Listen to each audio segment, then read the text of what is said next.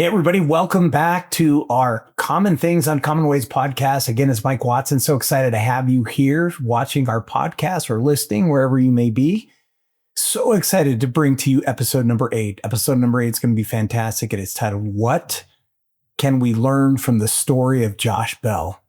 And I want to share the story with you because I found it so impactful. It moved me. And one of the things that I do in an effort to be uncommon in everything that I do, I search for meaning in places that others might not see it.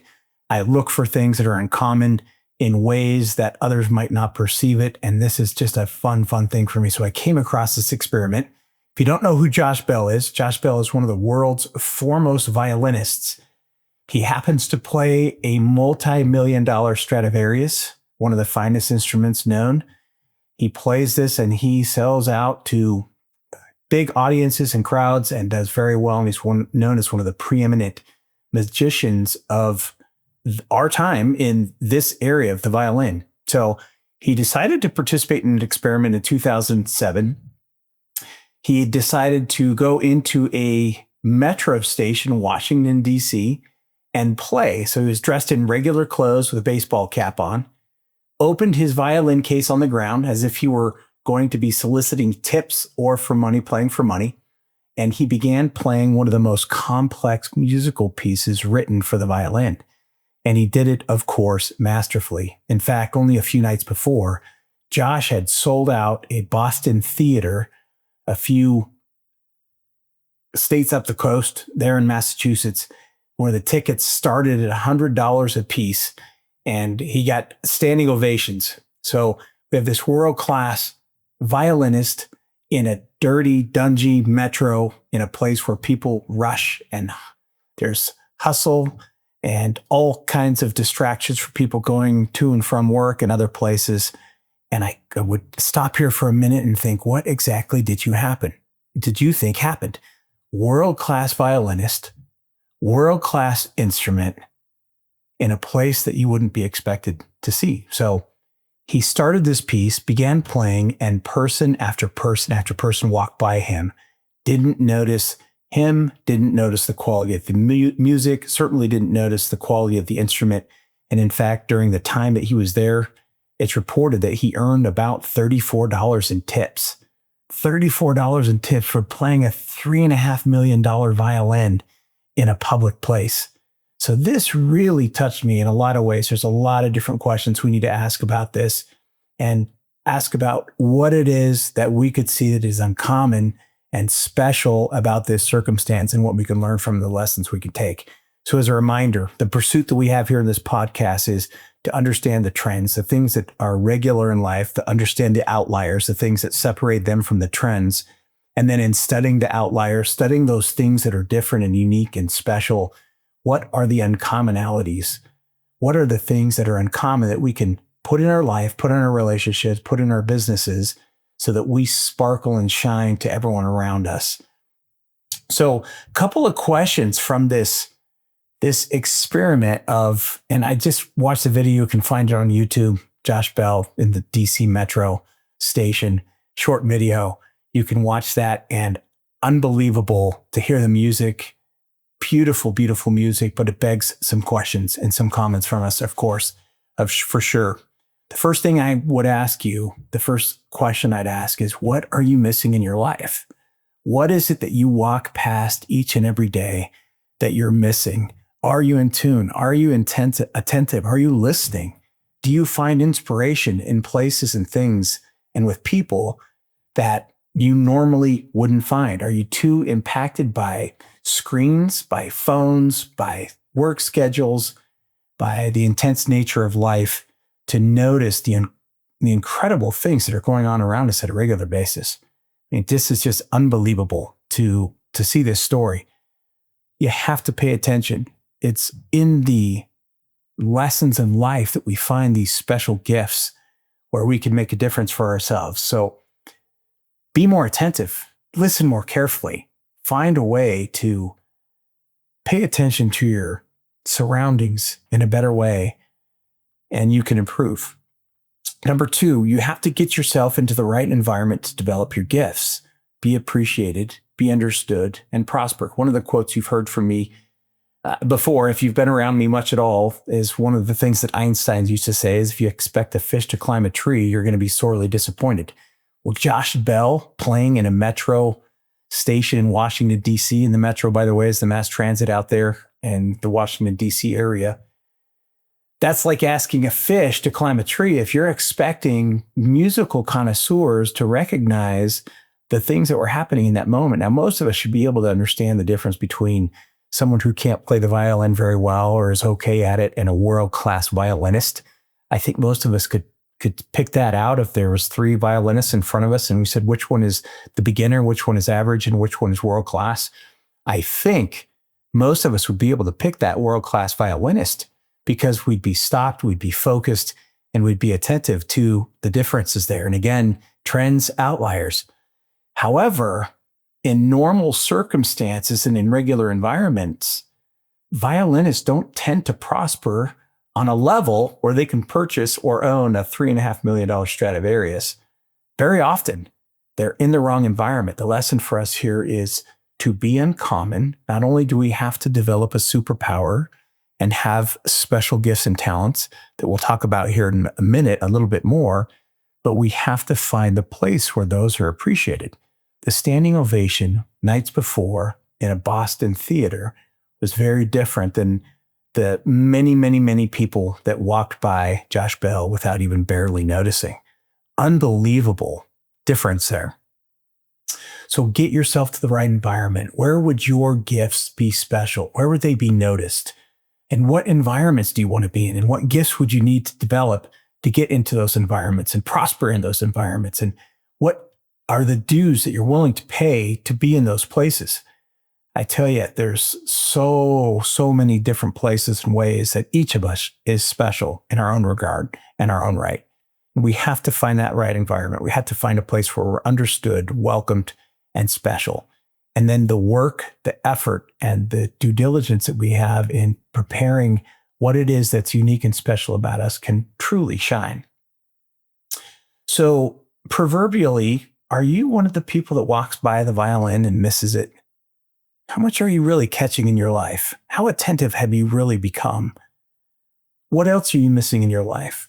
We all get in such a hurry. And again, another lesson here with this Josh Bell experiment is to try to be more attentive, to pay attention, to listen in everything that we do. The other thing that I want to challenge you to do is to watch what's special and unique about others. I had a chance recently to do a multi-day training at a cabin in Park City, and we had a group of 13 attendees. It was a bed and breakfast style event, and it was unbelievable. And I'll tell you, being in an intense scenario where there was heavy training and we had kind of an open mic situation where people were free to speak. We talked about wealth principles, but more than wealth principles, we talked about our DNA and what it would take for people to make the shift from being average and normal people to really becoming special in our field, which is real estate development, real estate prosperity, multifamily, ground up construction. And it was unbelievable to get to know these people, these 13 people or so that I knew so well already, but I got to know them on a much, much deeper level. And it's interesting to see that the benefits and the positivity and the skills and the characters of these people come out. I like to say I don't have a lot of gifts and talents, but I do have one superpower that I love, and it's that I often see more in others than they are able to see in themselves. Do you see positive in others? Do you see negative in others? Which one is it? Because I'll tell you, if you do have that gift and you have that ability to see more in others than they see in themselves, that's a unique and special gift. But we all had gifts. We all had gifts. So what are you missing? What are you not participating in? What are you not playing full out in that you could change for your life to have that successful role? So get yourself in the right environment and get the right skill set and dominate those skill sets so that those can be special moments for you. So again, I posed the question here a minute ago. Do you know the difference between a world-class violinist and one that is not? And most of us, again, would say no. Why not? And not necessarily in the violin, but do you know the difference between a basic, a medium level, or a world-class anything? Have you studied anything to that level so that you own that level of understanding and expertise? Have you paid your dues in that way? That makes that special moment with that violin and that artist ring true no matter the environment. I'll tell you what, you get a chance to sit next to someone like that, and that is an unbelievable opportunity to do that. And I can't even imagine what it would have been like if people had walked by and there was one woman who had seen him play at a prior venue and recognized immediately who he was. And she just was astonished to find him in that place. It was almost like a fish out of water for her because she knew who she was. He was part of the experiment, right? You would never catch him playing in the subway for tips or for money when he had such a world-class talent. So can you tell a difference in the regular, the expert, and the world-class anything? Are you a beginner, a medium level, or a world-class in person what you do? Have you paid your dues to get to those places? The next one is, can you tell the difference between a world-class violin and an imposter? It's funny, one of the things that I like to do is watch these shows on TV where people buy and sell things, and they go to pick different sites, or they go to extravaganzas where they can purchase things, or they go to pawn shops. And it's interesting to people will bring in a violin, for example, and say it's a Stradivarius when clearly it is not. But there are times where they have a violin and they'll review it, and they have experts come in. And I've seen where they've had more than one expert come in because they couldn't tell the difference between the subtle differences between a great violin, for example, and a world-class violin. Obviously, an entry-level violin would be easy to disseminate or differentiate between the quality of that instrument. But when you get to the great and the world-class, it's unbelievable. And it takes a true expert. Have you paid your dues? Have you done what you need to do to understand the difference between those instruments? And that in and of itself is a special gift. Now, the real meat of what I want to talk about today here briefly is that each of us possess a superpower. What does that mean? Each of us is endowed with a special gift. Now, Josh Bell, I'm certain that he has probably tens of thousands of hours of playing time on the violin. And yes, there's a certain skill set that you have to be blessed with to even start to be an expert at that level. But he's played tens of thousands of hours. And one of his, I would imagine, obviously one of his superpowers that he possesses is the ability to play an instrument at that level. Another of his superpowers clearly would be the ability to be dedicated to get to that level, to practice at that level, to produce at that level, to produce music, again, on an amazing instrument and one of the most technically difficult songs ever written for a violinist. Have you paid your dues for that? Have you done what you need to do with that?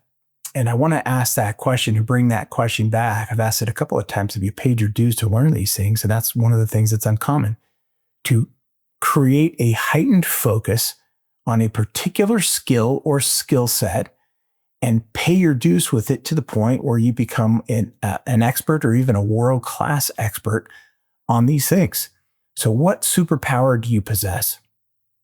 What is special and unique about you? This begs some questions. This does. First of all, this experiment does. The first question it begs is, do you even recognize what's unique and special about you? That's uncommon, by the way. To take what's special about you and share it with people at whatever level. It doesn't have to be in front of thousands of people at a concert. What is special and unique about you? Do you know what that is? That should be one of the pursuits and the goals of your life. What is special and meaningful about you? Number one. Number two, how are you going to share that with other people? This is a gift that's given to you. And if you don't use it, you'll lose it, literally. If you don't use the special gifts and talents that you have, you'll literally lose those talents. Next, as you bless other people's lives with these talents and these superpowers, you will be given more inspiration and guidance on how to become even better and a more beneficial instrument and the benefits and benefiting other people's lives. I really believe that. The other thing that's unique about superpowers, especially those that are endowed upon us from on high, from God, is when we develop a superpower and we make it meaningful and we bless the lives of others, and our true superpower becomes known and accepted, and others are grateful for it, we find that we have another superpower. We find that we have other things that we can be great at. And this is one of the special parts about this life, is developing all the things we have. There's a couple of different ways I like to describe this. The first is in the parable of the talents in the New Testament. Each of us have been given talents. And if you remember the story of the talents, the person who had one talent was worried about it and buried it in the ground and didn't use it. That talent was later taken from them. The others that were given more talents and used them to the best of their ability, they were given more talents. And this is absolutely how life works. And it is uncommon to constantly be pushing ourselves, constantly be dedicating ourselves to the improvement of the talents that we've been given so that we might receive more. So understand what that superpower is. Find that superpower in yourself. Develop that superpower. Share that superpower. And you'll find that you have others.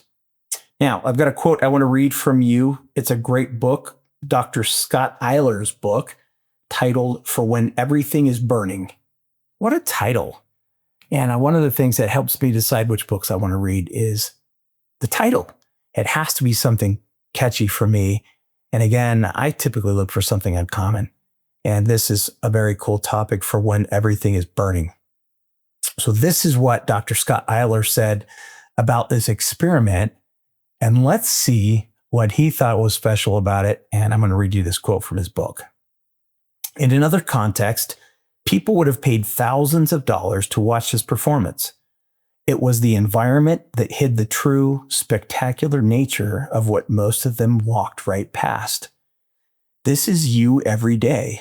You're a $3 million violin in a dark, dirty subway. A world-class violinist with a distracted, impassioned audience. You pass by something extraordinary, incredible, and magical nearly every second of every day. You're missing piece. Yourself. How cool is that? I feel inclined to read that last sentence or two again.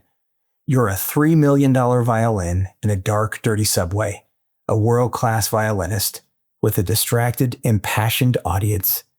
You pass by something extraordinary, incredible, and magical nearly every second of every day.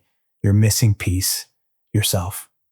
Now, the things that jump out at me as I read this quote, man, that's just as moving to me as listening to Josh Bell in the subway. The thing that points out that really sticks out to me the most is you are unique. You are special.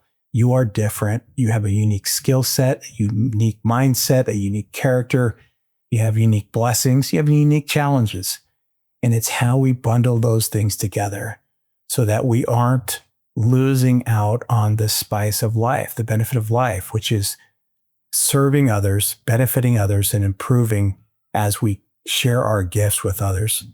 So the challenge today is to say, here's a couple of challenges that I want to send to you. And we always talk about the one thing. What's the one thing you need to go do after this podcast? And there's several that I want to give you today. The first one is to start becoming hyper-focused on the things around you. I tell you what, hyper-focus and focusing can be a superpower. Noticing things, seeing differentials, that all comes down to being part of trends and outliers. If you aren't noticing what's going on around you, you can't tell what trends are out there. And then worse than not seeing the trends and becoming a walking coma, for a lack of a better term, where we're just doing everything we can to get through life. If we're not seeing the trends, then we can't see the outliers. And then we can't study the gap between the trends and the outliers. And then we certainly can't become uncommon in special ways. So first thing is take inventory of yourself. Take inventory of what you can do to improve.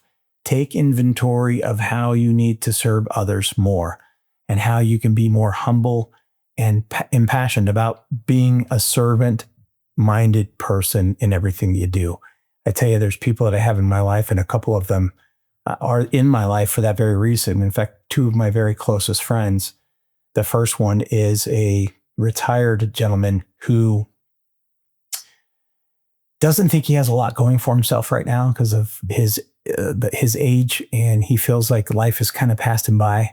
But I'll tell you what, I call this guy almost on a regular basis because he makes time to listen to me and make me feel like I matter. And this is a special gift that he has.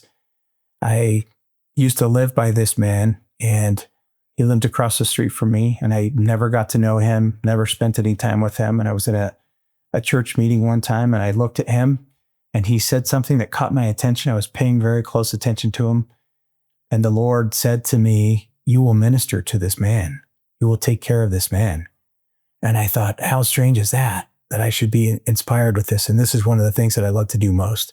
I love to minister. I love to find people who are in need, people who forget for a moment who they could be, people who, like I said earlier, don't quite recognize who they could become.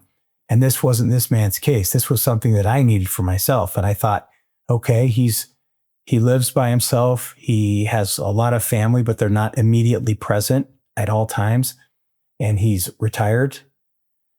And I thought, okay, I'm going to go help this guy out. And then little did I know that the superpowers that he possessed would become such a benefit for my life. In fact, I lost my father a few years ago, and this man has become somewhat of a father figure to me.